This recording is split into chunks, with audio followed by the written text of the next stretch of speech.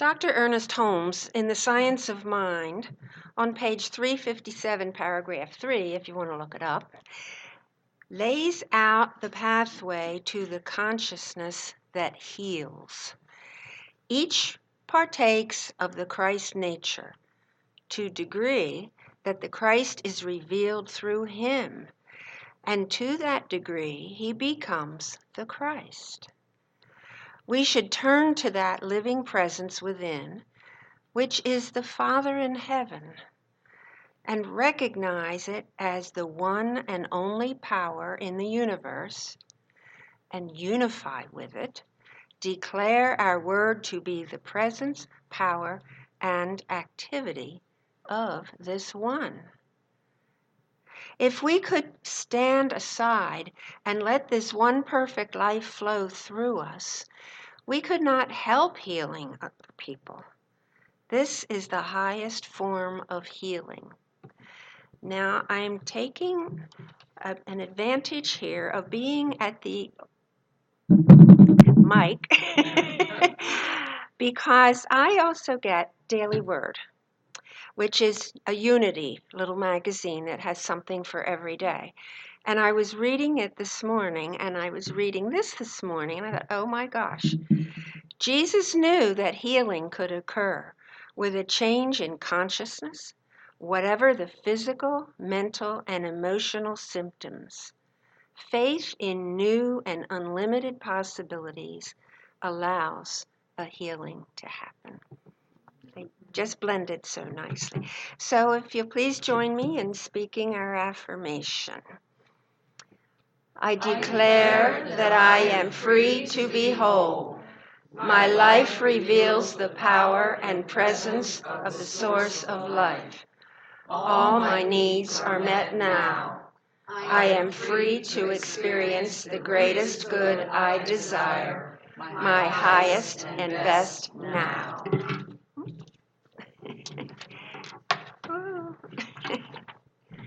Thank you so much, Nancy. I know I love the parallels between teachings. And of course, unity is another New Thought tradition. So it's, the ideas are very, very similar. Well, today, my intention is to really deepen into this idea of the consciousness of healing. And so I want to start with just some things that are going on. Actually, two people who were interviewed by NPR recently that really caught my attention. And I thought, wow, it just really speaks to what we are delving into this month and this morning. And these are two different ministers that are of the Christian tradition that were recently interviewed, who both came to a very similar realization. They realized that when they were teaching divisiveness, when they were teaching that the only way that you could get to heaven was to be saved by Jesus, and that everybody else was condemned to hell, they both realized the divisiveness of this teaching, and they realized that a God of love would be inclusive of all people, that nobody was left out of that circle of love,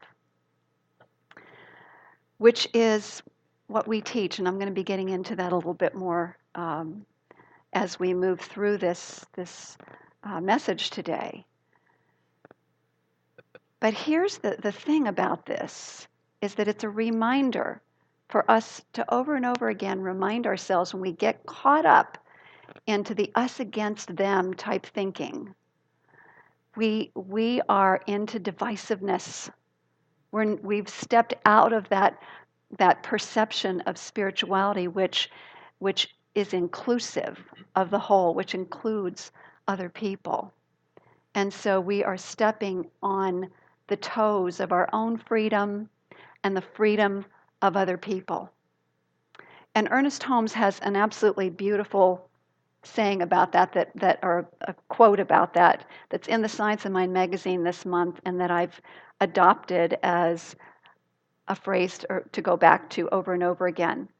He says, "Nothing in any part of the cosmic whole could be considered freedom that would destroy the liberty of some other part of it.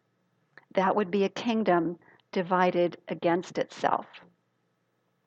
So, again, these two different ministers, and I'm going to talk about each one of them, um, came to this awareness. They had an inner shift in consciousness and began to be aware that their teachings were actually stepping on the freedom of other people's toes and also condemning others, um, and not including them in the circle of love of all humanity that we have come as our tradition, spiritual tradition, to realize that it must be. If God is one and we are all of the same source, we're all included in that circle of love. So the first person that I want to talk about is a minister by the name of Robert Schenck. Has anybody heard him interviewed by NPR? Okay.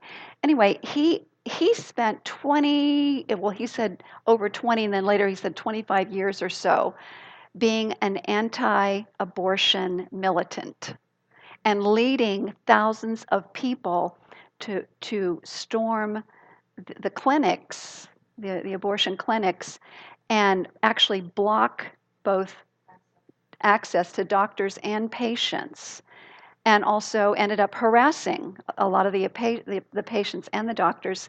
And in the process, starting in the 1990s, um, there were 3 different doctors that were murdered. And what he says, what he says is he finally had a shift. He didn't say call it a shift, but he said a change in his own mind about this idea of us against them, and also how this inciting divisiveness in the way that he did, he said he has deep regret over it because he realizes that his inciting this anger among his followers most likely led to the death of these 3 doctors, and also to the emotional harming and distress of the patients, which is huge. It's huge for somebody to come out publicly and make this statement. And so he has started teaching inclusivity to his congregation. That's one. That's one.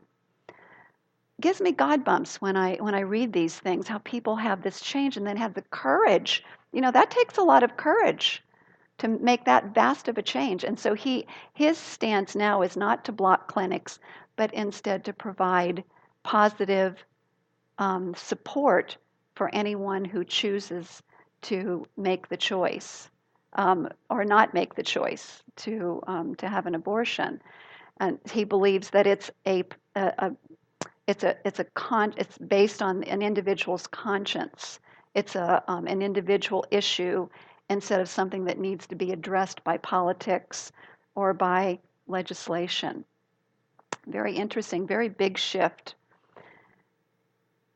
Another minister that was recently interviewed, and they actually turned his life story into a movie called Come Sunday, is Carlton Pearson. Anybody hear of him? So on Netflix, I guess you can actually get his movie called Come Sunday, that's about his life.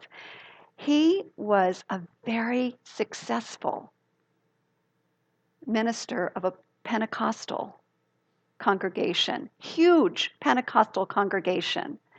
And he began to have this realization that by condemning, he thought about children, in Haiti dying and not ever having known Jesus, okay?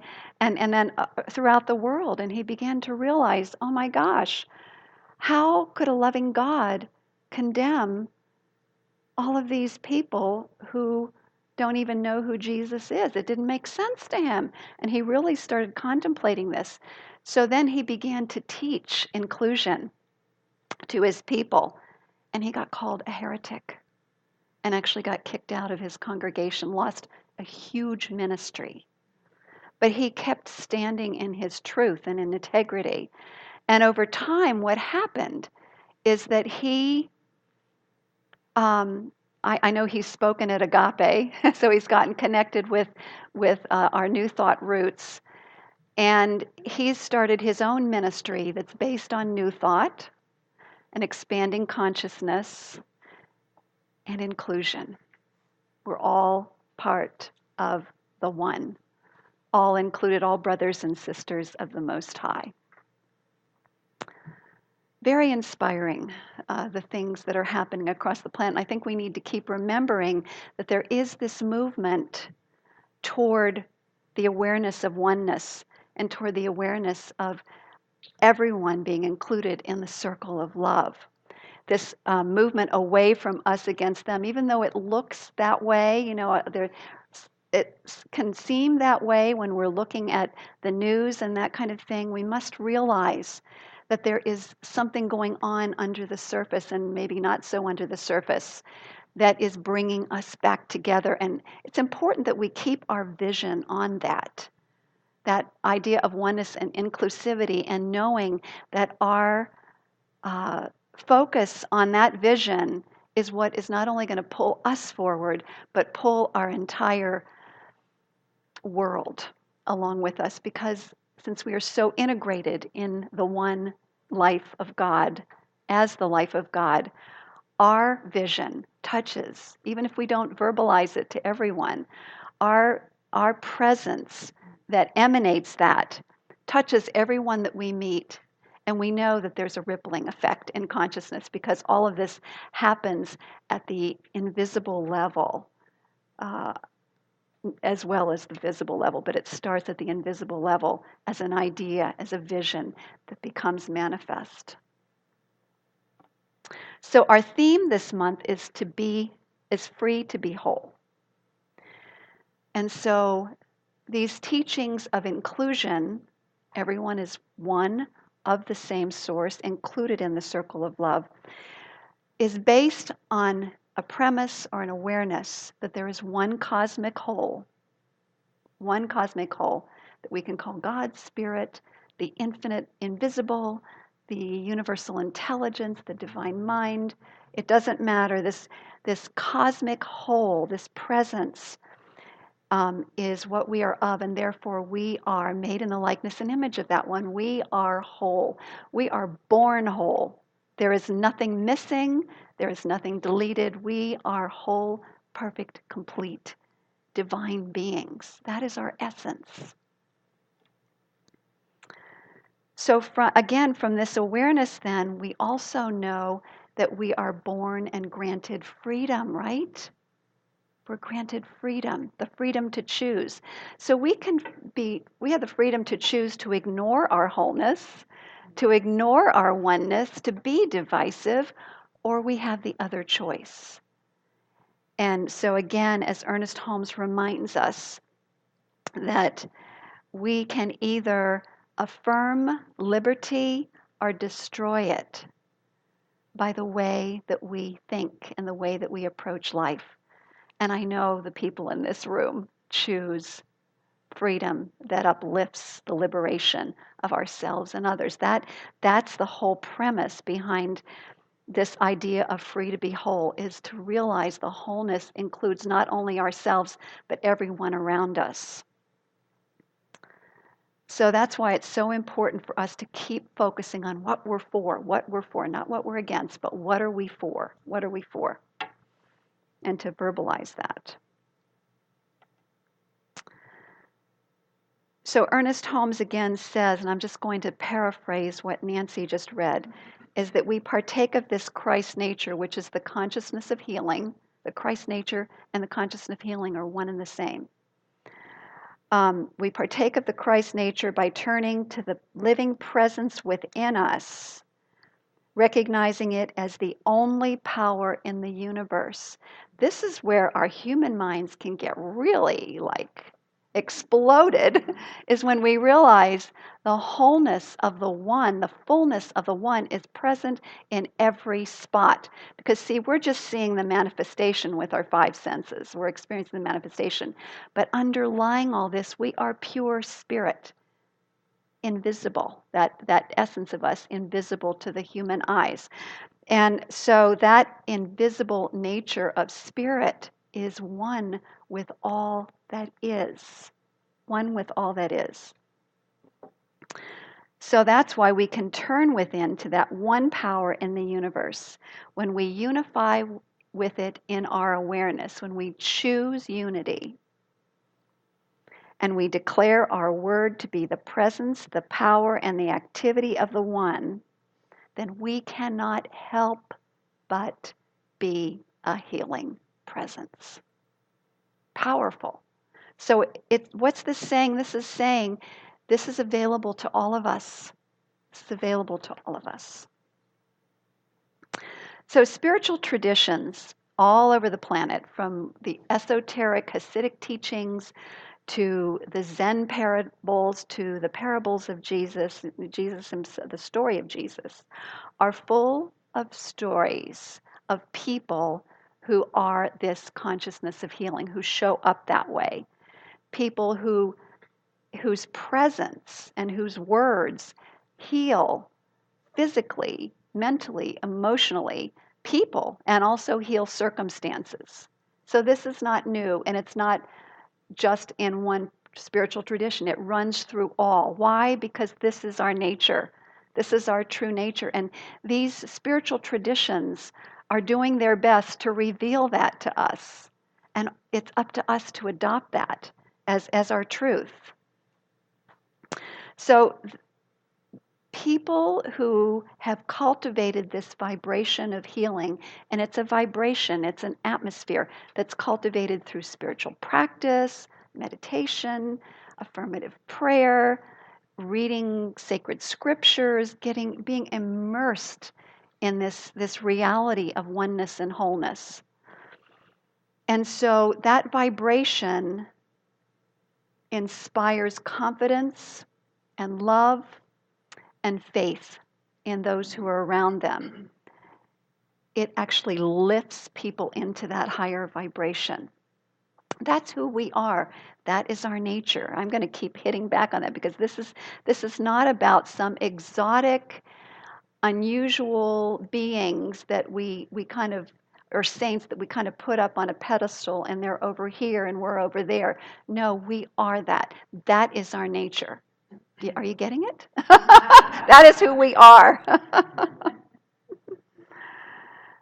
So here's the thing. This is a frequency, like a vibration of the soul, and it's a mindset. It's a consciousness. And it is a consciousness that's focused on loving and serving. On loving and serving. So in this consciousness, solutions emerge, calmness emerges, a sense of all things are possible emerges. We also know that people can incite the opposite, and that's what we were talking about earlier, that when we get into divisiveness, it ends up, someone can actually end up inciting discord.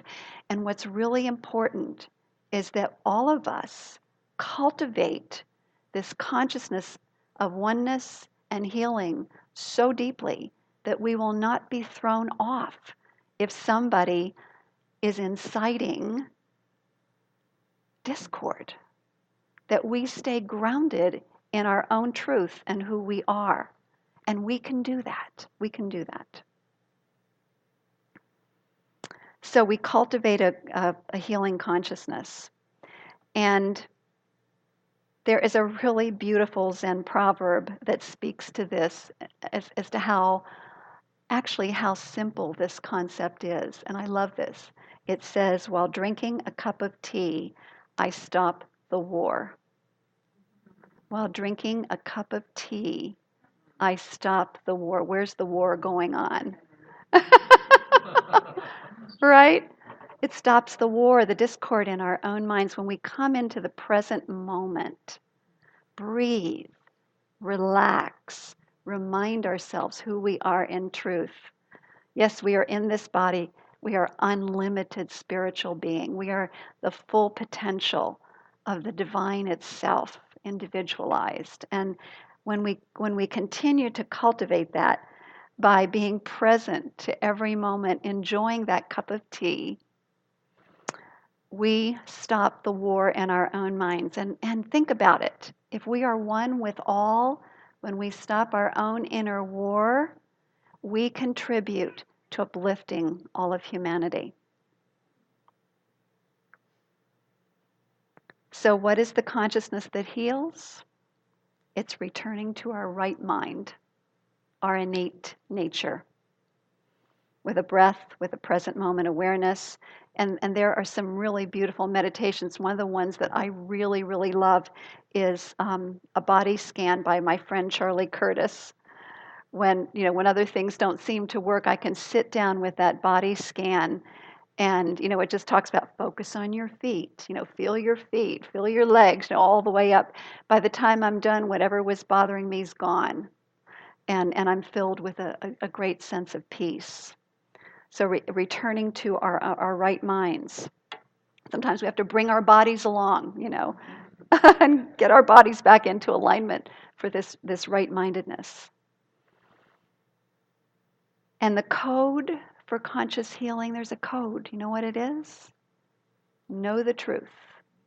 Know the truth, and the truth shall set you free.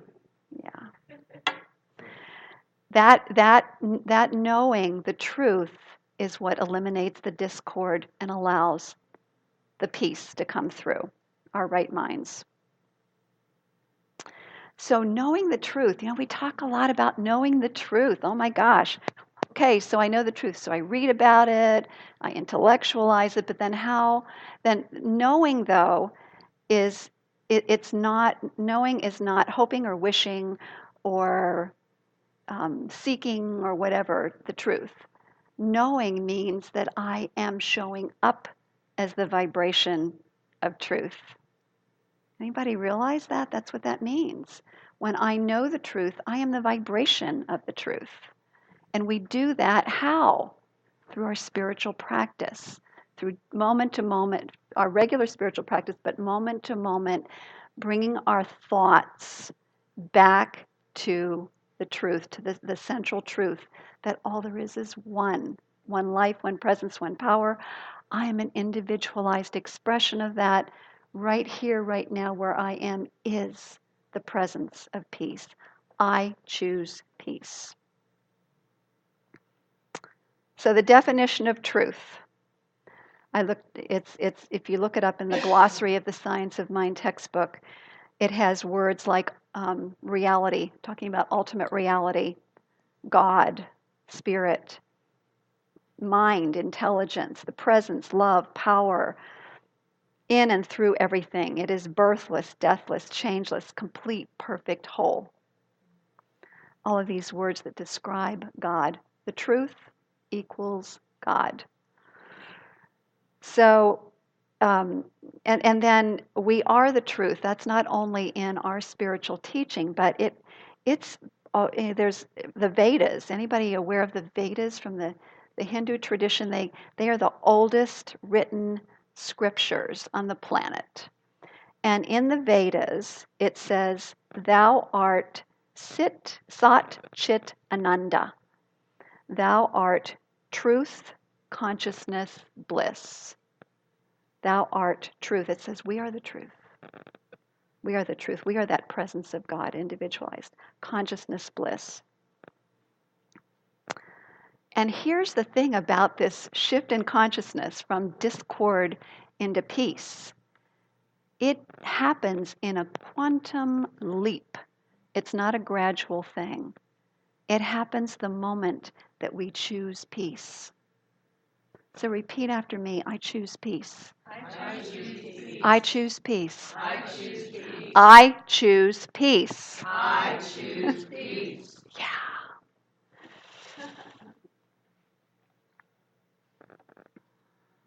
So every time we choose peace, every time we choose to focus on the truth, we are planting seeds in the fertile soil of universal mind. And our share of it is called our subconscious mind. Ernest Holmes calls it the subjective mind to remind us that it is the servant of the spirit.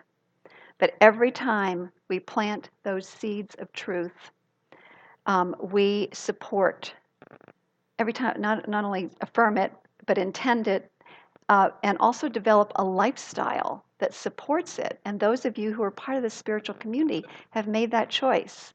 Your lifestyle includes spiritual community, supports this development of the consciousness of healing, the Christ consciousness.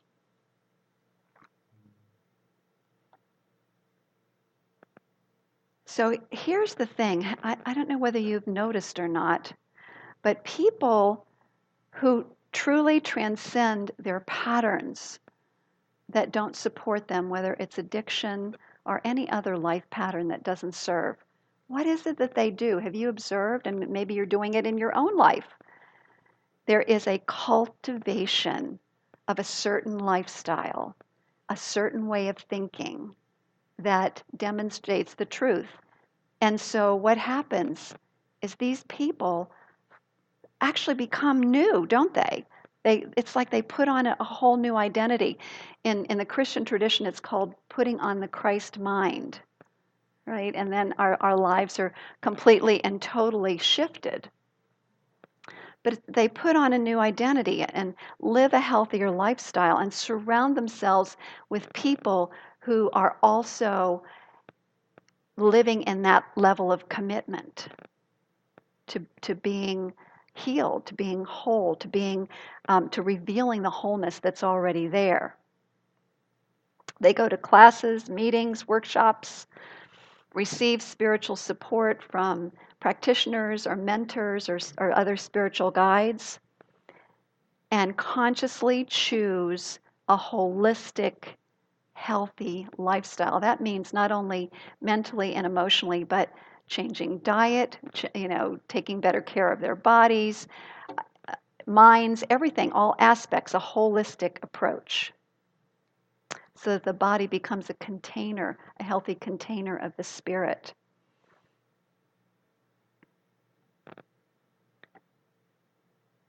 So Holmes says this about the consciousness that heals. I think this is so beautiful. He said, there is a point in the supreme moment of realization when the individual merges with the universe, but not to the loss of his individuality, where a sense of oneness of all life so enters his being that there is no sense of otherness. There's inclusivity. Do you see that?